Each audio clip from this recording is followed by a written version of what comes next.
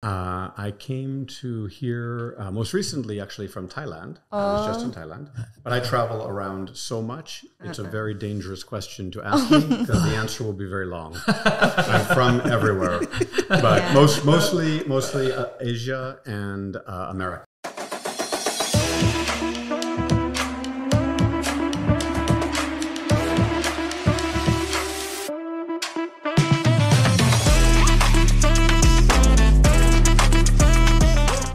Hai, assalamualaikum warahmatullahi wabarakatuh. Jumpa lagi dengan saya Ahmad Sabran dan rekan saya Elvi Titi. Hari ini Bu Elvi kita kedatangan tamu yang super duper luar biasa ini Bu Elvi. Wah, keren sekali ini. Asing ya Pak. Iya, Beda ya kan kita tahu bersama ya Bu ya. Sekolah kita dari jurusan DKV itu bekerja sama dengan Pak Roy. Kemudian ada support sistemnya adalah Emitter Labs. Oh, keren sekali ya. Lihat tamu kita hari ini Pak Roy. Kemudian Pak Roy itu membawa tamu dari jauh-jauh. Dari mana Pak? Dari mana ini? Wah, saya juga tidak tahu ini. Nanti kita langsung kenalan saja sama beliau dan kita perkenalkan kepada Sobat Teeha yang ada di rumah. Yuk, Bu. Oke, siap. Halo Pak Roy. Halo Ki. Hello. Who are you? Who am I?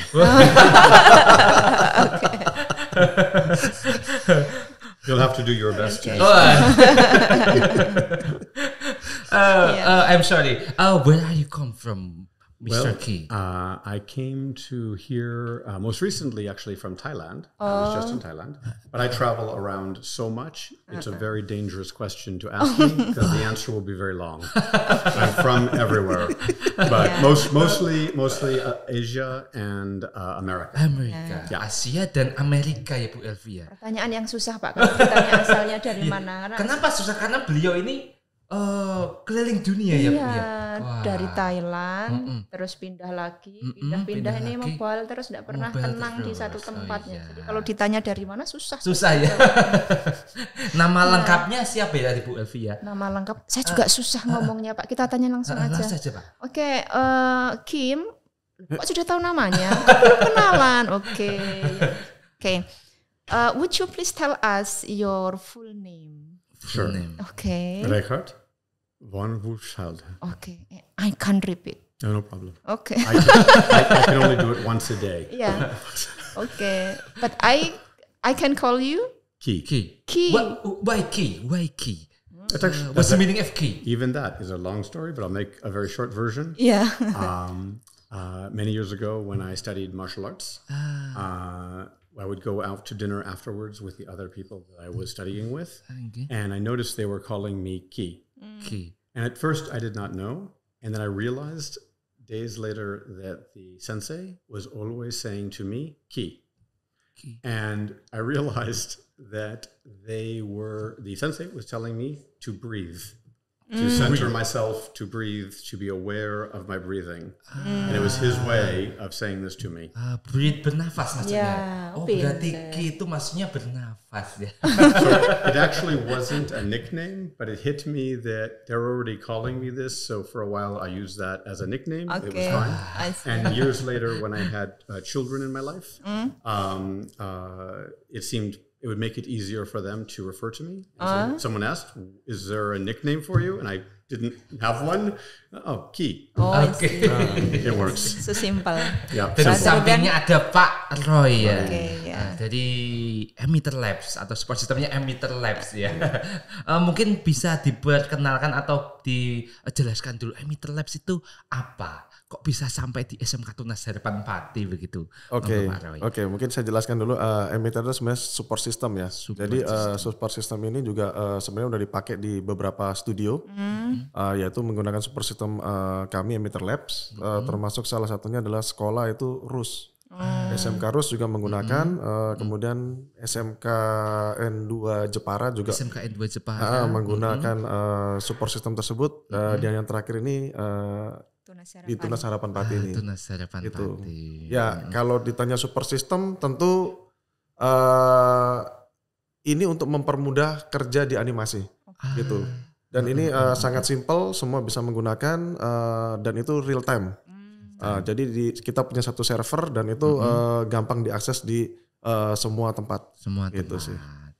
Ya, mungkin bisa diceritakan ini, kok Pak Roy bisa menggandeng Ki ini ke Indonesia, ceritanya bagaimana begitu ya? Mungkin begitu ya, Pak ya?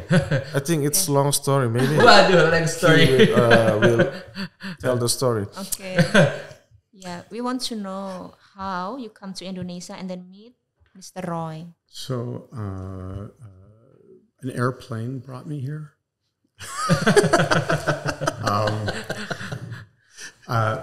Again, it's a tricky question because it's an understandable question. Yeah. But a bigger question would be, where do I not go? I go everywhere. I go wherever I wish to go. Usually warm places, and I mean that both in temperature and people. So I happen to love Asia, all of it, and so I've been visiting each country one by one. And I'm working my way to more. I've spent much time in Japan, China, Thailand. China. Yep. And I've been to many others as well, but not so much time, like Cambodia. But I had not been to Indonesia, and I decided, okay, I've not been there. I must see it for myself. And actually, I was also ignorant. I did not know much about Indonesia because it's not mentioned very often. And I didn't realize how big it is. And I think most people don't realize that it's over 200 million people and many islands and covering an amazing space. And they just don't understand the scale. And again, that's even more interesting to me. I want to see everything for myself. Okay. So I had friends here, and one of my friends, they were cousins. And I said to them, if you wish, when I'm here, I usually teach or I lecture at colleges in other countries and America. And if you'd like, I would be more than happy to do this. Okay. And she asked me what topic. And this becomes a problem because most topics, I have built many companies and I've done many things.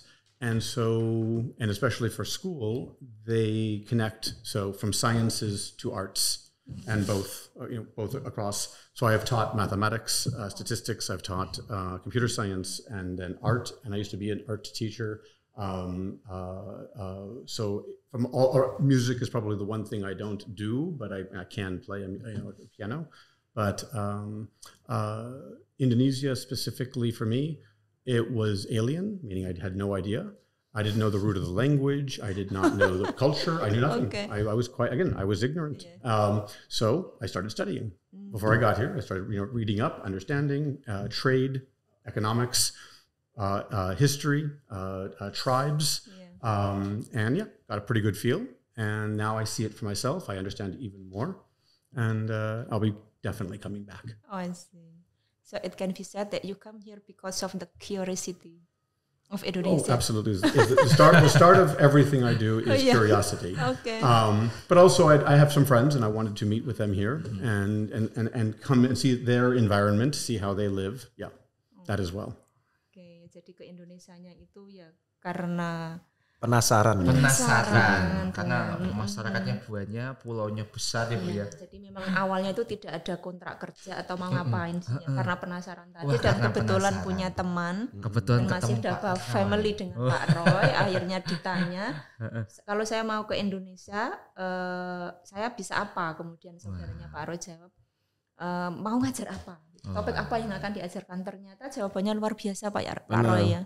Bisa ngajar semua hal. Iya, ternyata. Wah, ini dari Pak Roy sendiri. Nah, kita kan Pak Roy punya emitter lab, kemudian mengajak Mr. K ke Indonesia. Ini kira-kira pertama kali kan kita bawa ke SMK Tunas Harapan Pati. Panjenengan sendiri secara pribadi melihat SMK Tunas Harapan Pati itu bagaimana? Kira-kira misalkan diajak kerjasama, kita bisa nggak sih menjadi sekolah atau sesuatu yang unggul mungkin dari tempat yang lain mungkin.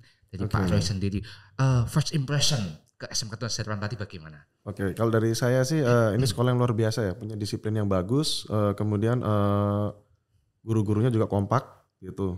Kepala sekolahnya Bu Eni juga orang yang luar biasa, dia mensupport banget untuk pendidikan di Pati ya terutama ya. Gitu, itu yang saya impress dari dia sih. Gitu. Saya harap kedepannya Pati bisa jauh lebih bagus lagi. Gitu, karena saya melihat banyak seperti di sini udah manufaktur dan segala macam robotik. I think it's future. It's future. It's future. You have a programmer also, you have the robotic also. Okay, that's the future. Yeah. Kalau panjenengan sendiri, kalau melihat SMK Tunas Harapan Pati dengan langkah-langkah yang kami lakukan seperti ini, kira-kira 5 atau 10 tahun yang akan datang itu SMK Tunas Harapan Pati menurut pandangan panjenengan dengan seperti ini akan jadi apa? Monggo. Ya kalau saya sih cuma simpel ya, lakukan yang terbaik aja gitu loh. Lakukan yang terbaik. Yang paling penting itu bisa bermanfaat dengan orang lain, kayaknya itu lebih baik ya. Itu sih. Wah. Ya mungkin untuk Ki sendiri Mr. coba. Ki sendiri. Oke. Okay. What is your first impression when you come to our school? Oh, the school is very impressive. I've been to many schools and at all ages all over the world. So the moment I got here, first off, the size for a high school, thousands of students and keeping them organized. Yeah. I used to have a ranch, and behind the ranch was a school. Also, it was I think it was a Christian school. It had about 2,000 students, and not organized. Oh, really? Yeah, it was children everywhere, noise everywhere. It made me laugh often. They always worked everything out, but here, instantly, a mixture of organized but freedom. I could just see how I often look at how. I think back to even when I was a student, how multiple children who are friends and they're working together, how they spend time together, and you can see things, and it's hard to compare. Even the question, I have to reference it by other places, but you will see that the size, we call them cliques, the size of the group. And so that tells you a lot about who's friends and how it works. And there have been schools where I see the cliques are 2 and 3. Just 2 and 3. That's it. Everyone is like, because they don't really actually necessarily like each other. That happens sometimes. But here you could see the way they sat with each other, the way they spend time with each other. That's what's important to me. So I see this immediately when I look around. Most people are thinking other things. I'm like, no. Just how are they challenging? They challenge authority, how they challenge themselves. These are things I tend to be interested in, are sort of social issues. So that was my first aspect. But then, of course, I began to get a tour, and from place to place, I'll focus on one thing to give it the most energy. And it was the metal shop, which actually was very impressive to me. And it was set up such that every student could have their own station, learn properly how to mount things, how to cut things. And I started reading the boards. It was very obvious what they were explaining. And we use a phrase in terms of computer science, Boolean operations. How do you remove pieces of metal in the least number of moves, least amount of energy, etc. So you want to make the perfect cut. And so the entire factory was laid out so it was safe, lots of room between everybody. Everything's well laid out so they understand what they're meant to be doing. Then they had a lathe, so now you can spin things and cut into them. And then there's another machine. It's a multi-axis machine, so you can cut in multiple directions. And of course, you have the CAD and the automated machines as well. But it's important to understand that in some places, they skip everything I just said. They jump right to computers. First of all, it takes up less space to have a machine that can make metal parts and doesn't need much floor space. But you lose out the understanding of the metal itself. And I'm not myself a metal worker, but I'm fascinated by the process. I'm actually a woodworker, but the process is somewhat similar. You have to solve problems. Sometimes you make the decision to cut something away. Sometimes you make the decision to add 2 things together. That's a choice you have to make. When you make things and build things, you begin to realize you're solving problems that you weren't thinking about originally. And as an example, you may have 2 parts that have to go together, but they will be under incredible force. So they will be pulled apart one day. So you can't do that. It must be one piece, or it must be enforced. In wood and in metal and plastics, all these the same. And so what I loved about what I saw here was that everyone's being taught from the ground up, the old way, and then they can make use of the new way. And again, what matters to understand that a lot of places, they don't have this. And they definitely don't have the quantity. This is very nice. A lot of students working together, which also means shared time. And I had brought up a topic that I thought I would mention because I had discussed this with other teachers in other places, that are you just following the instructions, or do you have time to do original creation? And in fact, this teacher is also doing original creation, that students have time to come up with their own ideas. And to me, this is when the magic begins to happen for our students, when you begin to realize you're in control and you come up with new ideas. What's important is, as an example, this mic stand, somebody had to etch this, somebody had to figure out how to screw this in, each piece here. And the question is, can you make it better? Can you make it lighter, but the same strength? And even solving the other person's already existing invention, this is also important. So what happens is they own it. They begin to think about every little piece. And what you end up with is an individual who doesn't just remember going through the steps, they'll remember it as them making it, and that changes everything.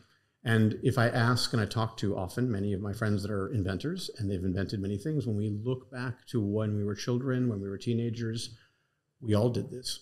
We can all find very complex things that we made at a younger age. And it may, but not always, but it may even affect what they made next. They may have made a small electric car, now they're working on a big electric car. If they made a helicopter, now they're working on flying cars.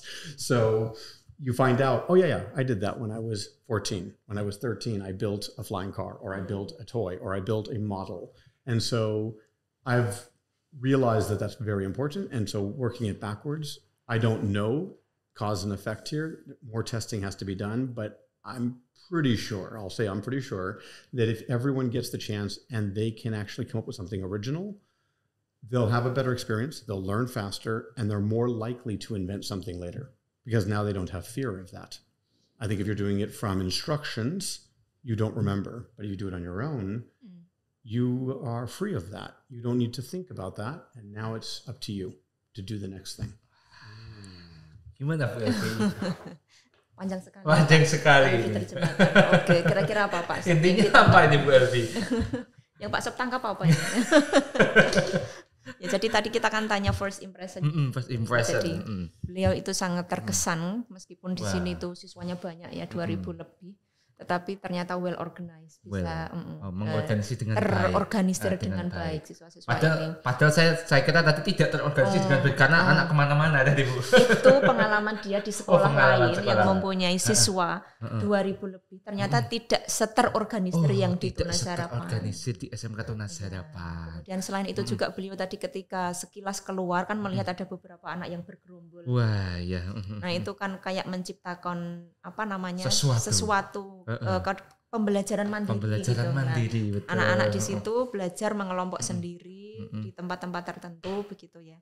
Itu kan semacam kayak pembelajaran mandiri. Jadi seakan-akan anak-anak sudah merdeka, sudah mandiri. Gitu ya, belajar di luar ruang kelas terus. Selain itu juga mungkin di akhir beliau mengatakan bahwa ini anak-anak itu ketika ditanya ini instruksi dari guru atau karena memang murni dari keinginan sendiri ya.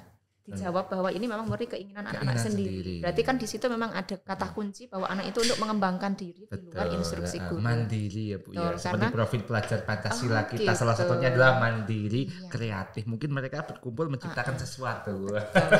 Berarti ini profil pelajar Pancasila sudah nampak di tempat kita Ibu. Ya karena kalau anak-anak itu belajar hanya mendengarkan instruksi dari guru kan dia hanya memahami dari itu sesudah itu lupa.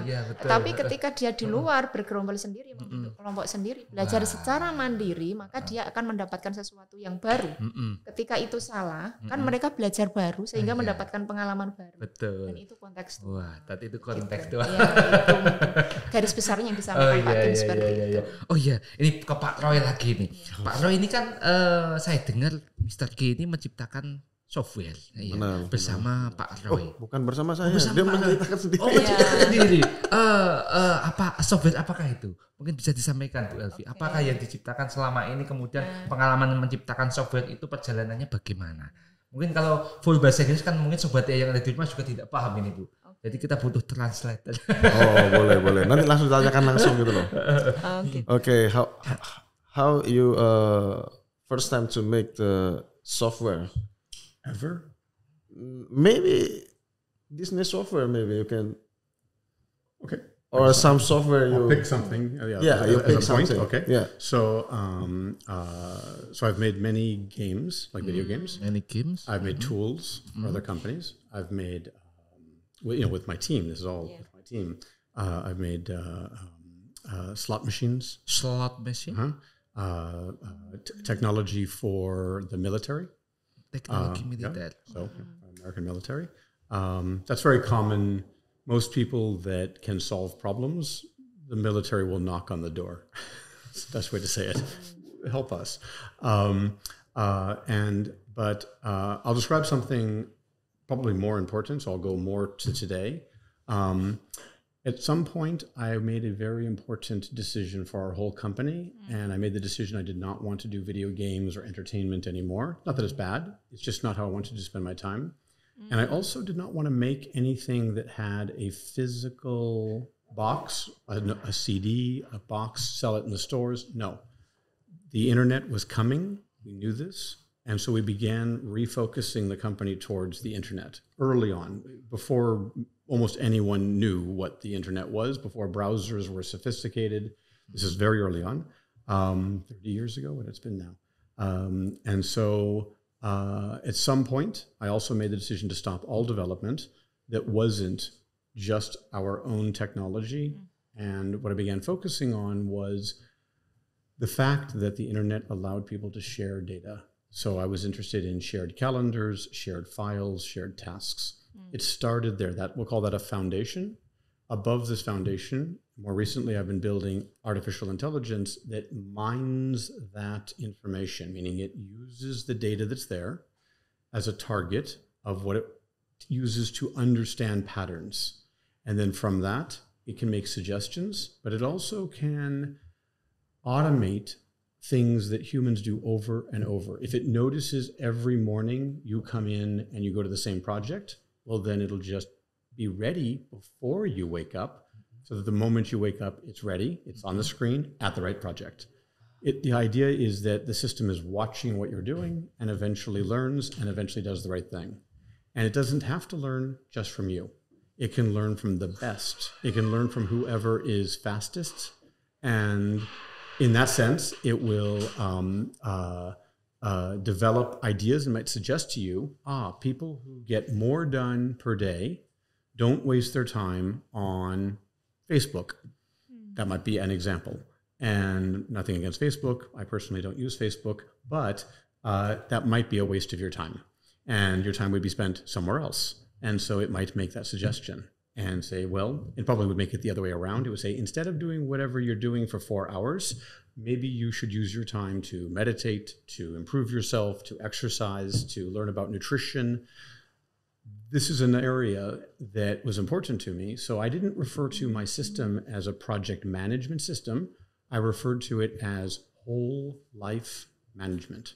My whole life, because it manages my whole life. I have my personal and my business together on the calendar. And together with that, I began focusing very specifically. So when it comes to making software, we did some things because we built this before anyone else was doing things quite like this. And so we had to make everything ourselves. There was no frameworks or pre-existing software we could download and just use. We had to write everything ourselves, again, much like the machining, but we knew how to do this. So we were able to build what we wanted to build. And today, I now take this level 1 or the foundation plus the artificial intelligence, and now I focus it to, right this moment, one industry, law, legal, and then I can focus my personal energy on learning what they need to solve their problems. And so I focused on that, and now we've been building that, and now we have real lawyers using our software on real lawsuits, and it helps them be efficient. In fact, it replaces people in the law firm. Yes. Ya mungkin kata kuncinya saja. Tadi yang kita tanyakan itu program atau apa saja.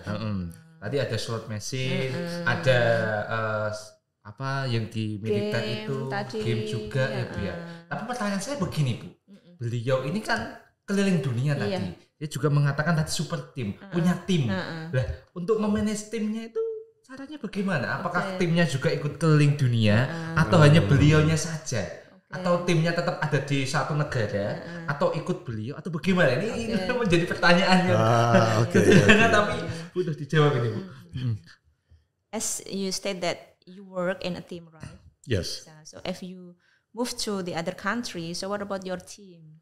Do they follow you or they still stay in their own country? And how do you work in a team if you are in so you different place? Yeah. First I have to mention something that when you finally make what we're talking about here, you probably need to have them edit it so that you ask me a question and then I start to talk and then you play music for a few seconds as I fade out and then right over to you to translate, skip everything I say in English. It would actually make sense. Yeah. Okay, so here's what's important. I would tell this story 20 years ago. 20 years ago. Because we were already building this 20 years ago. Okay. And it's funny. I'm going to answer your question, but I'm going to take you on a little story for a moment. Yeah. I met with some big company, probably like Toyota or some big company that did process, and they wanted to see our system. So we showed them the system, and the technical IT person watched it, and the team watched it. They had like 7 or 8 people. And I'm showing everything to them, and they are impressed. They're amazed. They see the calendar, and they see how fast files transfer, everything fast. And when I left, so I got up to leave. Yeah. When I left, the lead of the IT said to me, okay, but how do I get a demo of this? And I said, I just showed you a demo of this. He said, no, I want a copy of it.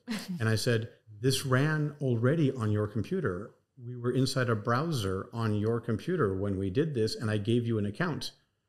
And I could see the look in his eyes because he didn't understand.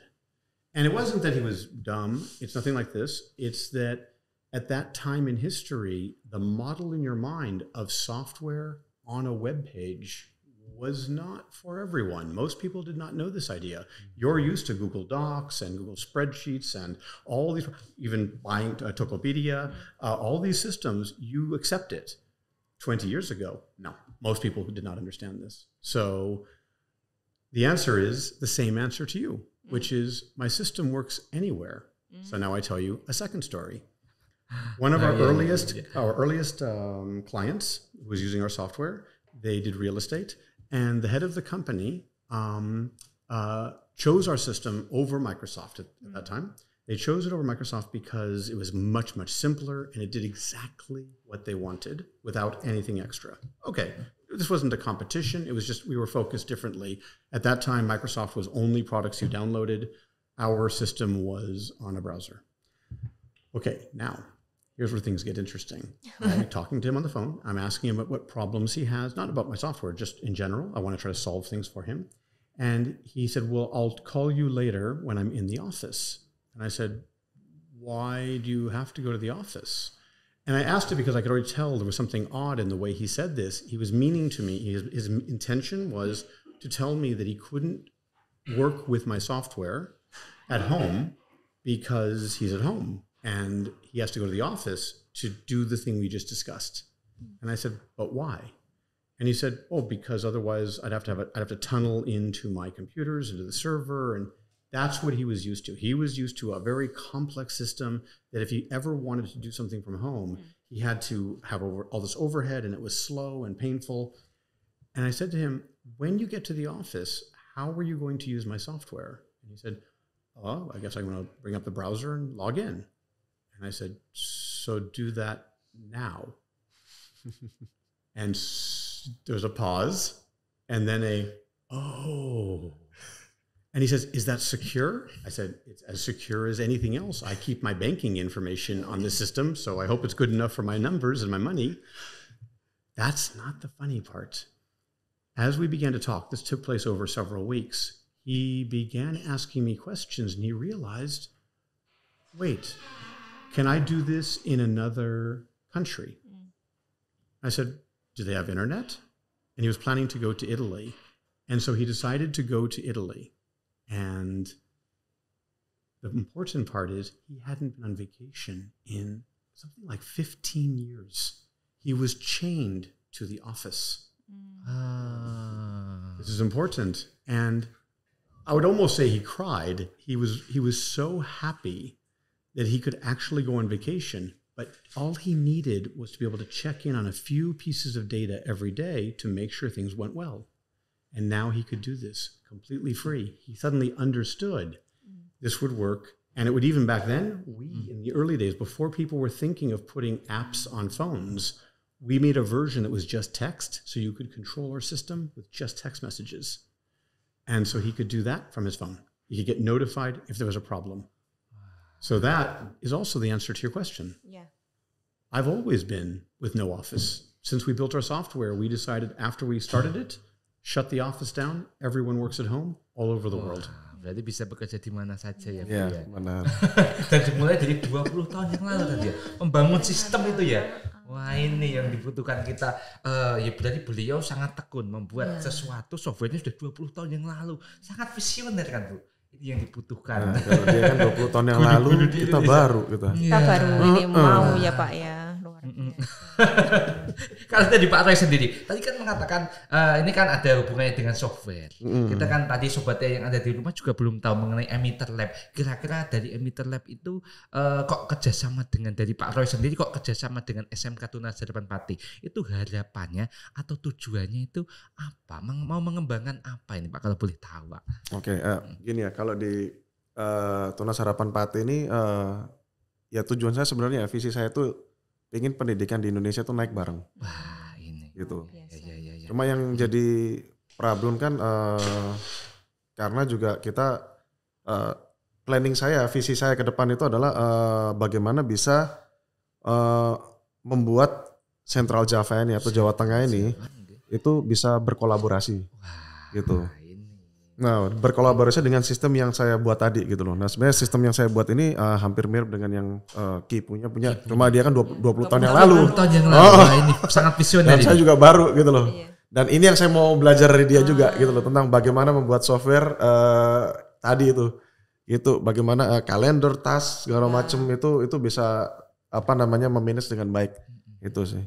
Dan tidak harus bertemu dalam satu waktu, satu tempat. Betul. Nah kemudian saya juga mau tanya ke Ki ini. Tadi kan keliling dunia. Tadi kan visi Pak Roy dan menyatukan satu Jawa Tengah menjadi sebuah sistem. Nah menjadi visinya seperti itu. Kalau Pak Ki sendiri atau Mr. Ki sendiri itu kira-kira visinya apa kok mau keliling dunia? Bisa disampaikan Bu Elvi ini. Your own vision, your private vision. Why do you travel around the world? Tujuannya apa kira-kira kok keliling dunia itu? So I feel like this question is, why did the chicken cross the road to get to the other side? So I've kind of never been happy in this. I'm a happy person, but not happy any one place. So example, most of the food growing up that I ate was Indian or Thai. I don't really like American food. I don't like German food or French food for that matter. And I think the British have food. I'm not sure. There's an old joke. But part of it was literally, and here's an example of just one place, although I've been traveling my whole life. I once got a massage in near my offices in Burbank. And it was a Thai massage. And the woman who owned it, the more I learned about how she operated her business, she was very young. And I noticed that many people were working for her and she was younger than everyone else. And then I found out she was the youngest daughter and they were her sisters, but she ran the business. And the more we talked, the more fascinated I was about the culture. And she would tell me about things about Thailand. And then later she opened a Thai restaurant next door. This is a common pattern, massage place, restaurant, or restaurant, massage, or something. So there's usually two businesses owned by the same person. And I thought, I need to see this place for myself. I need to understand things that she was saying because they didn't make sense to me completely.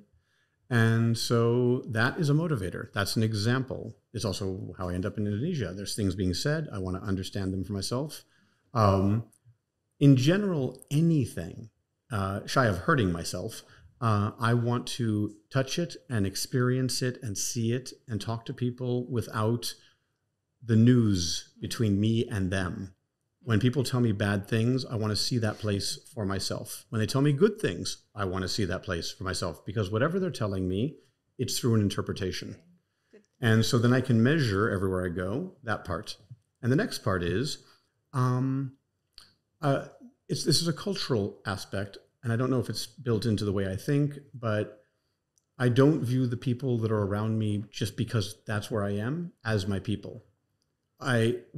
Most technical people and even artists, both artists and technical people, they spend time with their own because it's very hard to be not with your own. And what you find is that when you talk to a programmer from Czech Republic, when we talk about programming, we're the same. And when we talk about culture, it gets away from the same. So because I hit on many topics, because I'm both an artist and a programmer, and I design and I do science, that's who I'm speaking to. And any topic that I'm interested in, philosophy, etc., I will find people who are interested in those same things, and now we are the same. So I don't view it as me leaving one place and going to another. I sort of view it as the world's already available to me. Now I get to spend time with people that think differently. And then I start learning. I can sort of run out of learning new things from the people around me, and I consume information very fast. And if people spend time with me, I'll begin to adapt their language, and I'll begin to take and learn each little thing. Also, I tend to ask questions. Sometimes they're difficult questions. I might be annoying people, but everywhere my whole life, I want to know more, and I will ask the questions no one else asks. But I try to do so respectfully, but I really do wish to learn. And I want to understand, what and why people do things. So the answer basically comes down to all of that, plus I can. Meaning literally, it's very easy today to travel. It's very cheap to travel. People don't think of it this way, but you can spend your money on rent where you are, or you could use that money to travel. And so I do all of these. And so while I'm young and strong, I'm getting old, but I'm young and strong still, I want to do it now and experience as much as I can. That's my most complete answer I can give you. Kalau boleh saya tangkap berarti beliau ini pengen belajar. Ya, intinya dia itu tidak bahagia, meskipun dia aslinya itu bahagia. Aslinya bahagia. Tapi tidak bahagia jika berdiam diri di satu tempat. Iya. Jadi kebahagiaannya itu nanti akan lengkap jika dia itu bisa travel ke beberapa negara, kemudian dia itu bisa menyaksikan secara langsung orang-orang di tempat tersebut tanpa menghiraukan apapun pendapatnya terhadap tempat tersebut. Misalkan kita Indonesia ada berita ini, dia tidak langsung percaya, dia mau langsung menyaksikan. Ya, boleh saya katakan ini kan sebagai pembelajar terus belajar. Kalau kita refleksikan ke Ki Hajar Dewantara, ke filosofi Ki Hajar Dewantara, kita kan menjadikan murid sebagai pembelajar sepanjang hayat. Jadi kita bagaimana caranya agar membuat murid itu mau belajar terus belajar, meskipun sudah lulus sekolah belajar lagi sudah lulus belajar lagi. Karena haus akan hal-hal baru yang belum diketahui. Betul. Selalu penasaran dengan hal-hal lain yang belum dipahami. Ini sudah ada di game ini. Sudah ada. Iya, betul. The last question. Oke. Apakah panjenengan suka makan Indonesia? I still don't understand. Panjenengan. But you enunciated it perfectly. Ini kan ke bawah. I'm sorry. Yeah. Do you like Indonesian food? That I understood. But you do. You speak so well. You're so clear. I almost feel like I will understand you just because you speak so clearly. Biar bisa bahasa Indonesia sedikit-sedikit gitu ya. Do you like Indonesian food? Yes. I understood the question. So now I'll answer. So when I first got here, it was a little hard to understand what was what, because Indonesian food is a little more different than other foods than people realize. I think that, I've eaten food from everywhere, and I've eaten everything. When people want to ask, we've had this conversation like, have you eaten snake? Yes, 3 different types. Have you eaten alligator? Yes. Have you eaten? Yes. I've eaten bear. Blah, blah, blah. So, and this can be upsetting to some people. I'm mostly a vegetarian, as a small note. But so I had to start to understand the food. And so in the first 3 days, everything I ordered was very spicy. Pedes ya. Wah ini. The good news is I'm used to spice. So I like spicy Thai food, Szechuan, China. Yeah, I'm good with the spicy. It doesn't matter for you. No, well, no, hold on. It matters. But I'll tell you the first thing, which is that on many meals, your generic spice level is already high to begin with compared to others. Yours on a scale of 1 to 5, your 1 is on every, like you have 1 on children's cereal. It's already got spices on there. So it's food for children. And very quickly, 2 and 3 and 4 and 5. Yeah. So, and you have to be careful. I ate something the other day that looked to me like a carrot. It was orange. It was not a carrot. It was a machine for making me hiccup, not see, and tear from my eyes. That's what it actually was. I think it took me like a minute to recover from the spice level of that. But yeah, again, I enjoy the spice, but I also like to learn by starting low and building myself back up so I can understand the food first. And as a small note, before coming here, I was spending time in a very strange place. It's a place in America, in Oregon, called Ashland. And Ashland is not a place you would think of to have ethnic food as they think of it from there. But they had, in fact, an Indonesian restaurant. It's an Indonesian man, I believe, who married a woman from that area, probably. And I don't know that for a fact, but I believe so. And so he opened a restaurant. And we had started having that food. It tasted great. So rendang, all these different dishes together. Yes. Rendang. My pronunciation might be bad. I will learn. Because many of these words I've never heard said. So I've only seen them written. So I have to try to guess as to how they are pronounced. And so, in fact, last night, ronde. Oh, wait, ronde. And so, which is basically almost like it's a drink, a soup, and a meal. and sugar. Ada dagingnya, ada kacangnya. A little bit, but again, everything. Once I understand the concept, everything I've eaten has been wonderful, and it's also as you learn it. So at first, I didn't know because you don't understand what you're meant to be tasting. And so for me, I'm a bit of a foodie. I mean, I do know how to cook. I pick food very carefully. It's a language. Food itself is a language. When to eat it, why to eat it. Give me a moment to build this word in my head because I've said it only maybe once or twice in my life. Bubur. Good. Bubur. So bubur. Yes. Better. Porridge. There you go. Porridge. So I've had 2 different types. One made at a hotel. And it was okay. Yeah. And I did like it. It was okay. And then I was brought to apparently the best place that serves this for breakfast. And it completely different. So much better. And I didn't actually think porridge could be that much better. But it really was individual flavors, the sauce that was being used. Yeah, I could see that somebody would want to steal that from him, the man who came up with this. Apparently he has a bunch of stalls. It's not a restaurant, of course, and it was really good. So this is the way I judge food. I usually eat it twice.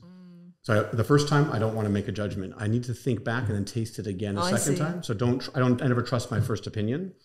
And then, so now I'd eaten it several times. Yeah. So could I eat that every day? That's how I judge food. That's the only one thing I want to know. And then from there, I would say, okay, I'd have that once a week, once a month. As an example, in America, Americans eat hot dogs. I never need to eat a hot dog ever again for the rest of my life. Not that I've had a lot. I just never liked them. They're just not my favorite food. I'd rather eat something else. And if I eat a hot dog, I've lost the chance to eat something better. Same with this porridge. Yes, I could eat that every day. The ronde, I could have that. I could easily eat that. Tonight I will bring you to ronde. Sure. or more things. And each thing is a new thing. So yes, I like the food and I'm liking the food more every day as I start to learn. So as an example, nowhere in the world do I like to eat duck but China. In China, I will eat duck. Now there are 2 places I will eat duck. Indonesia also. Oh. Wow. Yeah. Everyone else does not know what to do with duck. They just don't do it correctly. And so it's not worth eating. But here, I would have duck all the time. Pantesan tadi pilihnya yang itu ya. Gimana? Pas lunch tadi kan. Iya, dia pilihnya drug tadi. Iya. Where you lunch, you choose drug, right? Yeah. Is this? Where lunch? Then you have lunch. Oh yeah, we had lunch. You Yeah, chose that. I just had a duck leg. Yeah, so that was very good. I had a little bit of other things. Baru but kita yeah. tahu ternyata yang bisa masak itu hanya Indonesia sama Cina ya. Benar. Negara lain nggak bisa masak bebek. Iya, betul. Jadi makan siangnya kan pakai duck. Oh iya. Oke, thank you for coming, Mr. Key and Mr. Roy. Not Mr. Oh, only Key Only Key. and Just only Key. Roy. Only Roy. In Indonesia Roy Tok. Key and I both have. Hanya Roy dan Key. Key. Oke. Yes. Thank you Key and Roy. Roy Tok. Terima kasih sudah datang di Teeha Podcast. Mungkin terakhir ya ada yang mau disampaikan untuk sobat Teeha yang ada di rumah atau anak-anak Indonesia atau mungkin terkhususnya SMK Tunas Harapan Mati. Mas. Something to say in the last sentence for our students or for our viewers in our podcast. The last sentence you would like to say. That's a heavy request, but I guess the thing I would always say is invent, make something new every day. For your mind, learn something. For the people around you, something that makes their life better quality. Yeah. That's what I focus on. Oke. Fokus untuk membuat hal-hal baru, mengerjakan hal-hal baru, menjadi lebih baik dari hari ke hari. Oke ya. Terima kasih sekali lagi atas kehadiran di Teeha Podcast. Semoga apa yang kita perbincangkan ini bermanfaat bagi kita semua ya Bu Elvi. Amin. Baik sobat Teeha, demikian yang dapat kami sampaikan. Semoga apa yang kami berbincangkan ini bermanfaat bagi kita semua. Dari saya Ahmad Sebulan dan rekan saya Elvi Titik. Sampai jumpa di Teeha Podcast selanjutnya. Assalamualaikum warahmatullahi wabarakatuh. Dadah. Okay, don't forget to like and subscribe and to comment on SMK Tunas Harapan Pati.